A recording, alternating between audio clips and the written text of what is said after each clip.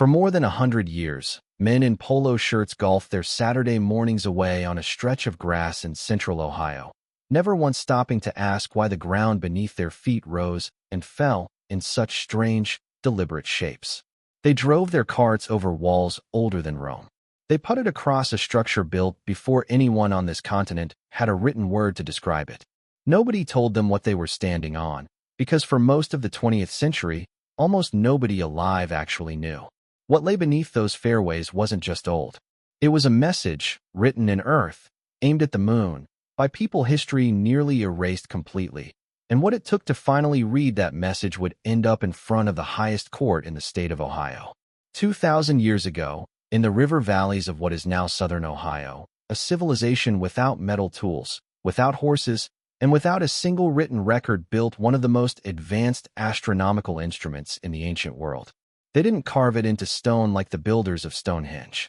They built it out of the ground itself, shaping over 1,100 feet of earthen wall into the exact angles needed to track the single most complicated cycle the moon makes across the sky.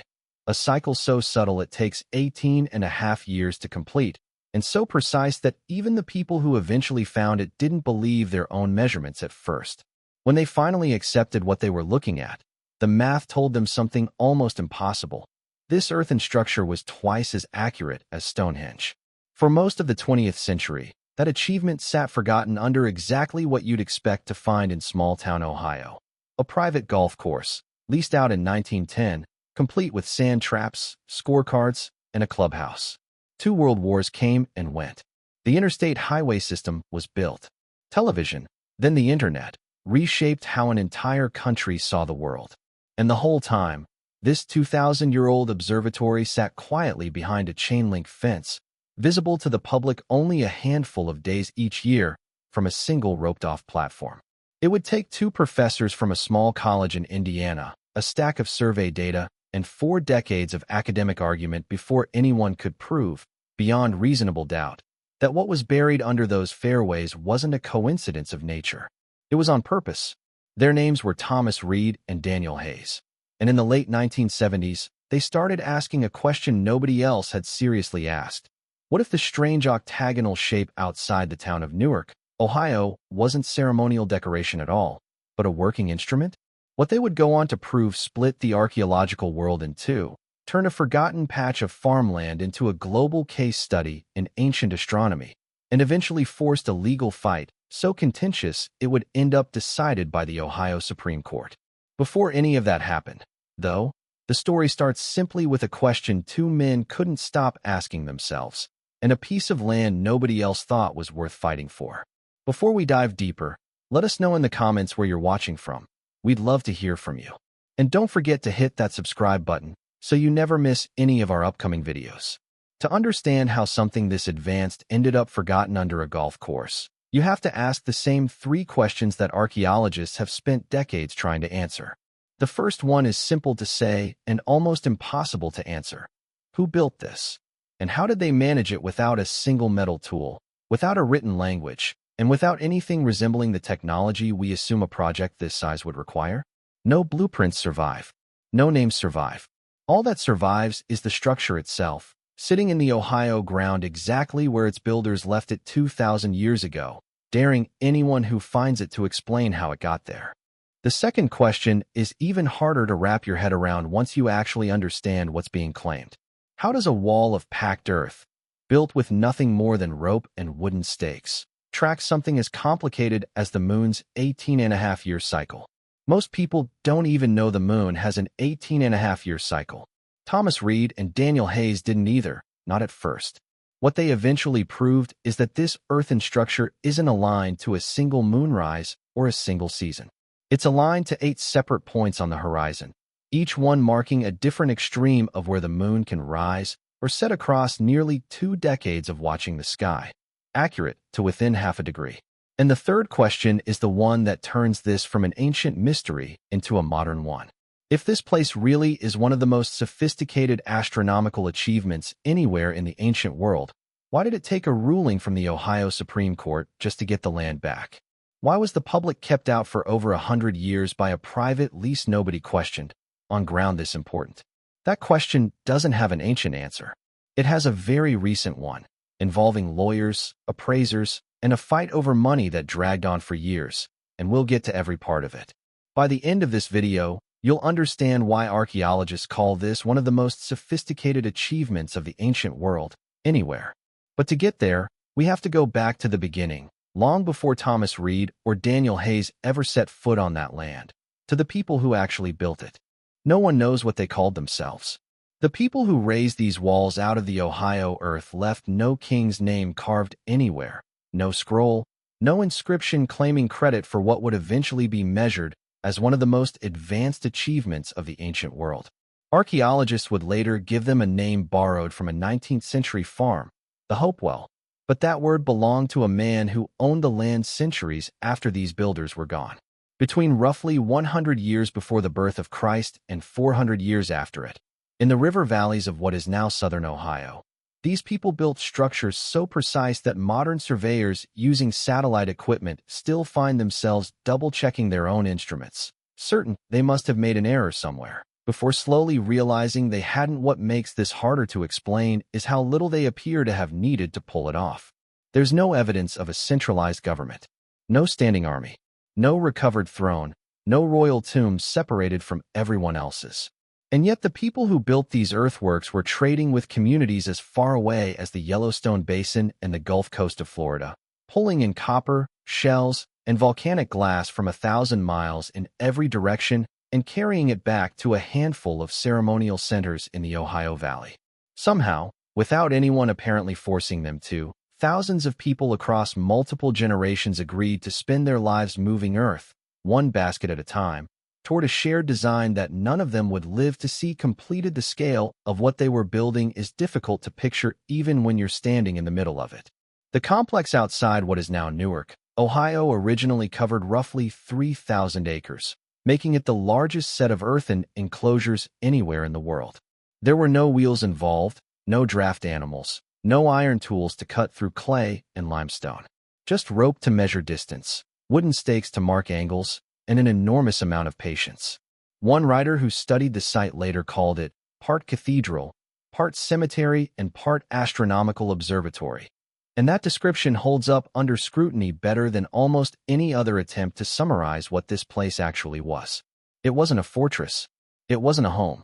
It was something closer to a shared act of devotion, carried out in dirt instead of stone. The objects found buried within these earthworks only deepen the mystery of who these people really were. Finely worked effigy pipes, shaped like birds and bears. Sheets of beaten copper folded into ceremonial headdresses. Materials that had to travel enormous distances to reach hands skilled enough to shape them into something worth burying with the dead. None of it suggests desperation or survival on the edge.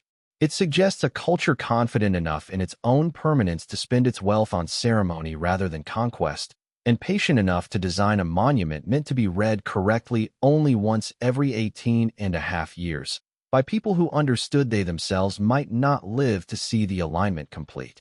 What they built would go on to outlast their language, their burial customs, even the simple fact of what they called themselves. Every one of those things disappeared so completely that for centuries, later settlers assumed the earthworks must have been built by someone else entirely. Anyone but the ancestors of the native peoples still living nearby.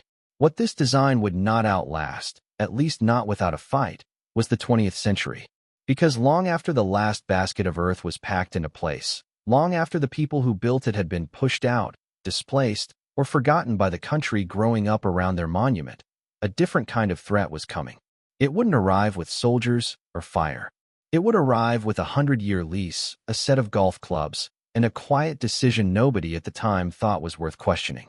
The slow erasure didn't happen all at once, and it didn't happen with any particular malice either, which somehow makes it harder to stomach. By the late 1800s, the land had already passed through several hands, treated less like a monument and more like simply useful ground. Between 1892 and 1908, the state of Ohio used the site as a militia encampment, soldiers marching and drilling across earthen walls that had stood there since before the Roman Empire reached its height. Nobody training on that ground was told what they were standing on. To them, it was just open space, flat enough, large enough, conveniently already cleared. The geometry beneath their boots, precise enough to track the moon across nearly 2 decades, simply wasn't part of the conversation then. In 1910, came the decision that would define the site for the next 100 years. The property was leased to the Mound Builders Country Club, which developed the land into a golf course. There was no ceremony to mark the moment, no debate in the local paper about whether this particular field deserved a different fate. It was simply land, available for lease, in a town that needed somewhere for its members to play. Within a few years, fairways had been mowed across the ancient embankments. Sand traps were carved into ground that had once been shaped with rope and wooden stakes by hands working toward a purpose no golfer swinging a club above them would ever guess at. Picture it plainly, because the irony deserves to sit there for a moment. Men in collared shirts, lining up their next shot, standing on the exact same earth that two professors from Indiana would eventually prove was accurate to within half a degree of the moon's most extreme rising point. A structure twice as precise as Stonehenge. Every Saturday morning for decades, somebody was teeing off across one of the most sophisticated ancient observatories on the planet, and not one of them had any reason to suspect it. The walls were too low and too gently sloped by then to look like anything more than rolling terrain. To everyone standing on it, this was simply hole number 4. Public access, what little remained of it, shrank down to almost nothing. A handful of days each year, the gates would open, and visitors could walk a roped-off platform to look out over a portion of the earthworks from a distance. That was the entirety of it. No tours through the interior. No real signage explaining what they were looking at, beyond a vague nod to ancient Indian mounds. Most people living within an hour's drive of Newark, Ohio had no idea the site existed at all, let alone what it represented. It had become, for all practical purposes, a private club with an unusually old golf course. Not a forgotten wonder of the ancient world, just a quiet stretch of green that happened to have some odd bumps in the fairway. For most of the 20th century, that's exactly how it stayed. The site that had once required generations of coordinated labor to design and build, the site that mapped the heavens with a precision modern surveyors still find remarkable, sat quietly beneath manicured grass and golf carts, its true purpose buried as completely as if it had been filled in with concrete. Almost nobody who played around there knew what they were standing on. Almost nobody walking past the fence on their way into town gave it a second thought. That quiet, century-long silence was about to be broken, because two professors from a small Quaker college in Indiana were about to ask a question that nobody, in over 60 years of looking at this land, had thought seriously to ask. The break in the case, if you can call it that, didn't come from a museum or a government agency. It came from two professors at a small Quaker college in Richmond, Indiana, just across the state line. Thomas Reed taught astronomy. Daniel Hayes taught philosophy. Neither one had built a career studying earthworks, and neither one set out, in the late 1970s, expecting to overturn decades of assumptions about a golf course in Newark, Ohio. They simply had a question that wouldn't leave them alone. What if the strange octagonal shape sitting next to that circle wasn't decorative at all? What if it had been built to do something? That question sent them out into the field with survey equipment, sightlines, and a willingness to spend years checking their own math before telling anyone what they thought they'd found. To understand what Reed and Hayes were chasing, you first have to understand what the moon actually does, because most people, even now, have never heard of a lunar standstill. Every month, the spot on the horizon where the moon first rises drifts south for about 14 nights, then reverses and drifts back north. That part is easy to notice if you watch long enough. What's almost impossible to notice without years of careful observation is that the size of that monthly drift isn't constant. It grows wider every month for roughly 9 years, then slowly shrinks back down, completing one full breath in and out across 18.5 years. Catching that cycle requires patience spanning a human generation. Encoding it into a permanent structure requires something close to genius. What Reed and Hayes found, point by point, was that the octagon wasn't aligned to one moonrise or one convenient season. It was aligned to 8 separate extremes. Every northern and southern limit the moon reaches across its entire 18.5-year cycle, on both the rising and setting horizon. And the alignment wasn't loose or approximate. Standing on the observatory mound and looking out through the structure's main gateway, The moon at its northernmost rise lines up with the octagon's exact center to within half a degree. To put that in perspective, that's twice as precise as the alignment claimed for Stonehenge, a structure most people already consider one of the great mysteries of the ancient world. Naturally, not everyone believed it right away, and the skepticism deserved to be taken seriously rather than waved off. Ancient sites get false astronomical claims attached to them constantly. Enough lines drawn across enough landscape will eventually point at something in the sky purely by accident. So the obvious question followed Reed and Hayes for years afterward. Couldn't this just be coincidence, a lucky alignment nobody actually planned? The answer came from checking whether the same pattern repeated anywhere else. 60 miles south, at a second earthwork called High Bank Works, the same 8 lunar extremes show up again, built by the same tradition, with the same care. A coincidence doesn't usually happen twice, in 2 different places, with this much precision both times. Then there's the detail that even seasoned researchers couldn't quite agree on. The observatory circle covers an area of 18 6/10 acres. The lunar cycle these earthworks track lasts 18 6/10 years. Some of the scientists who studied this for decades think that match is meaningful, a deliberate echo built directly into the design. Others think it's simply a striking number that doesn't actually prove intent on its own. Reed and Hayes themselves never fully agreed on how far to push that particular coincidence, and to their credit, neither one pretended to have an answer they hadn't earned. That kind of honesty, rare in a field full of bold claims, is part of why their broader conclusions eventually held up under so much scrutiny. By the early 2000s, the case for intentional design had grown strong enough that the federal government wanted to put this site forward for one of the highest honors a piece of land can receive anywhere on Earth, a nomination to the UNESCO World Heritage list, the same list that includes the pyramids of Giza and the Great Wall of China. There was just one problem standing in the way of that nomination, and it wasn't academic at all. The most important, most precisely aligned portion of the entire site still belonged, on paper, to a private golf course. Winning the academic argument turned out to be the easy part. Once the Ohio History Connection decided it wanted to push the Octagon earthworks toward UNESCO World Heritage status, it ran straight into a problem no amount of research could solve. The land it needed still belonged, by lease, to the Mound Builders Country Club, an arrangement stretching back over 100 years with no natural end date in sight. Polite conversation only got the 2 sides so far. After failing to negotiate a purchase of the club's leasehold, the History Connection filed an eminent domain action in November of 2018 in the Licking County Court of Common Pleas, formally asking the state to take back land it had handed away with a signature more than a century earlier. What followed wasn't a quiet bureaucratic process. It was a fight over money serious enough to put real numbers on screen and let them speak for themselves. The History Connection's own appraisers valued the country club's interest in the land at roughly $2 million. The club's appraisers, looking at the exact same lease, came back with a figure of $22 million. That's not a rounding difference. That's 2 sides looking at the same plot of Ohio farmland and arriving at valuations $20 million apart. Each one convinced the other side was either negotiating in bad faith or simply wrong.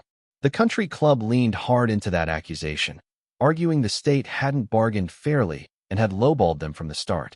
The courts took the claim seriously enough to examine it closely and then rejected it. The History Connection had commissioned 2 independent appraisals and ultimately offered the club more money than the higher of the 2 figures. There was no evidence, the courts found, that the agency had acted unreasonably or in bad faith. If anything, the paper trail showed the opposite. A state agency that had done its homework and still come up short of a negotiated deal, not because it lowballed anyone, but because the 2 sides were never going to agree on what this land was actually worth. The case climbed all the way to the Ohio Supreme Court, and on December 7, 2022, the court delivered its answer. A majority of the justices affirmed the lower courts, allowing the History Connection to take the land through eminent domain. For the first time in over 100 years, the path was legally clear to remove a golf course from one of the most significant archaeological sites in North America, but the ruling wasn't unanimous, and the disagreement deserves its own moment, because it wasn't a fringe objection, it came from the bench itself.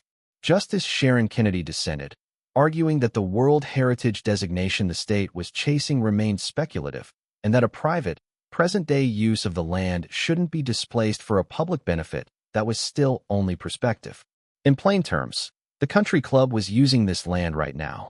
The UNESCO honor the state wanted was, at that point, still just a hope. Kennedy's descent forces an honest question most documentaries about ancient mysteries never have to ask.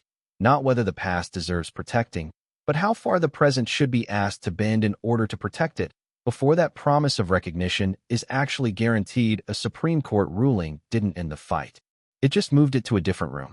The Mound Builders Country Club kept pushing through 2023 and into 2024, no longer arguing over whether the land should be returned, but over exactly how much the state owed them for it. A jury trial was set to settle that question once and for all, until the club's own case ran into trouble of its own making. A Licking County judge ruled that the experts hired by the club had improperly folded the value of the earthworks themselves into their appraisal of what was supposed to be just a golf course, and disallowed the testimony entirely. The judge's reasoning was direct. The ancient structure underneath the fairways belonged to the public, not to whoever happened to be leasing the grass on top of it. With its key witnesses thrown out, the club's leverage in the compensation fight collapsed along with them. While the courtroom fight dragged on, something far bigger was happening in parallel, on a stage that had nothing to do with Licking County at all. On September 19, 2023, the Hopewell ceremonial earthworks were officially inscribed as the United States' 25th UNESCO World Heritage Site, placing this stretch of Ohio farmland on the same list as Machu Picchu, the Great Wall of China, and the Great Pyramid of Giza. The speculative honor Justice Kennedy had questioned in her dissent was no longer speculative. It had happened. The world had agreed, by consensus, that what Thomas Reed and Daniel Hayes spent decades proving wasn't a coincidence after all. It was one of the defining achievements of the ancient world, deserving the same recognition as the wonders every schoolchild already learns to name. And then, finally, the ground itself was returned. On January 1, 2025, after more than a century, the golf course closed for good. The fairways were gone. The sand traps were gone. For the first time in over 100 years, the public could walk the ground their ancestors, or someone's ancestors, built to map the heavens, without a scorecard in hand or a clubhouse standing in the way. Step back far enough, and the real shape of this story starts to come into focus. It took a Supreme Court ruling, a UNESCO designation, and roughly 40 years of academic argument to undo what one quiet lease had done in a single afternoon back in 1910. A signature took minutes. Undoing it took 2 lifetimes of work. And that imbalance is what should stay with you longer than any single fact about lunar alignments or half-degree precision. Because the real question isn't only what we finally found underneath that golf course. It's how many more sites like it are still out there right now. Paved over, mowed flat, leased out for something forgettable, waiting for someone to ask the one question nobody else has thought to ask yet.